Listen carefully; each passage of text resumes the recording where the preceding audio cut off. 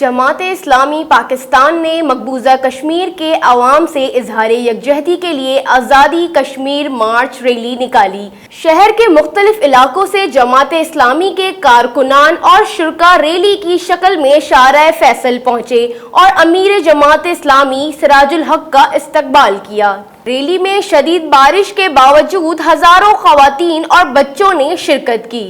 شدید بارش کے باوجود شرکاء قائدین کا خطاب سنتے رہے۔ آزاد کشمیر کے وزیر اعظم تھے، اس نے کہا کہ کشمیر کے آزادی کے بارے میں اگر پوچھنا ہے تو جماعت اسلامی والوں سے پوچھو، مجھ سے یہاں کے بارے میں پوچھنا چاہتے ہو تو پوچھ سکتے ہو۔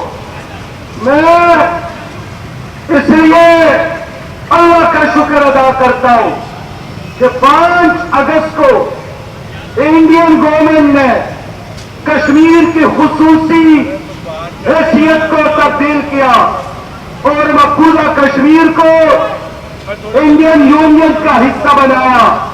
5 اگست سے لے کر آج تک میری جماعت جاگ رہی ہے، میرے کارکن جاگ رہے ہیں، ہم چوکوں چوراہوں میں کھڑے ہیں اور الحمدللہ آپ کی توانا آواز نے، آپ کی پرجوش نعروں نے سری نگر کی ماں اور بہنوں اور بیٹیوں کو حوصلہ دیا ہے۔ سینیٹر سراج الحق نے کہا، جماعت اسلامی کو امریکہ کی ثالثی کسی صورت قبول نہیں۔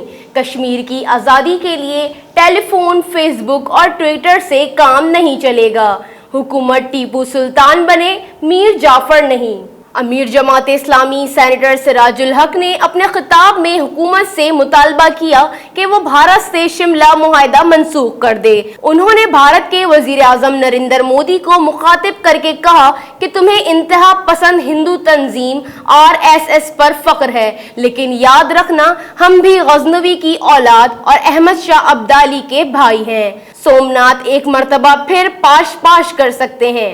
سمندر نظر آ رہا ہے، امت دیکھتی ہو بچاؤ، استنبول میں دیکھو، امت دیکھتی ہو تو امریکہ میں موجود ان سارے مسلمانوں کو دیکھو کہ جو نکل کر کھڑے ہو گئے ہیں، کشمیریوں کے لیے آواز بلند کر رہے ہیں، بھارت کے خلاف اٹھ کر کھڑے ہو گئے ہیں، مودی کے دورے کرنا ناممکن بنا دیا ہے، اس کو ہزیمت کا وہ نشانہ بنا رہے ہیں۔ اس لیے میرے بھائیوں، مایوس کرنے والوں کی مایوسی میں مت آؤ۔ اللہ تعالیٰ نے ہمیں قوت سے نوازا ہے، یہ کلمہ طیبہ کی قوت ہے، یہ اسلام کی قوت ہے، یہ اسلام کی قوت پوری دنیا کے انسانوں کو جمع کر رہی ہے اور ہم کشمیریوں کی آزادی کے لیے، ان کو ظلم سے نجات دلانے کے لیے انشاءاللہ تعالیٰ اپنی جد و جہد کو جاری رکھیں گے۔ ہم نے تو یہ دیکھا ہے، جب کشمیری اٹھ کر کھڑے ہوئے تھے تو پاکستان میں ایک توانا آواز ہادی حسین احمد کی آواز تھی، جماعت اسلامی تھی جو پورے ملک میں لوگوں کو منظم کر رہی تھی۔ 5 فروری کو یوم یکجہتی کشمیر پہ جو تعطیل ہوتی ہے، اس کا کریڈٹ قاضی صاحب کو جاتا ہے، اور پھر ہم نے وہ دن بھی دیکھے۔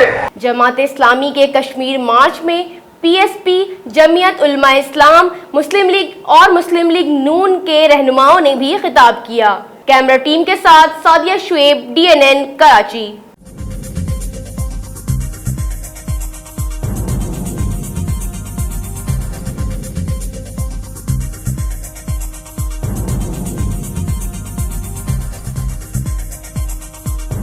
نیوز سے اپ ڈیٹ رہنے کے لیے ہمارے چینل کو سبسکرائب کریں اور بیل آئیکن پر کلک کریں۔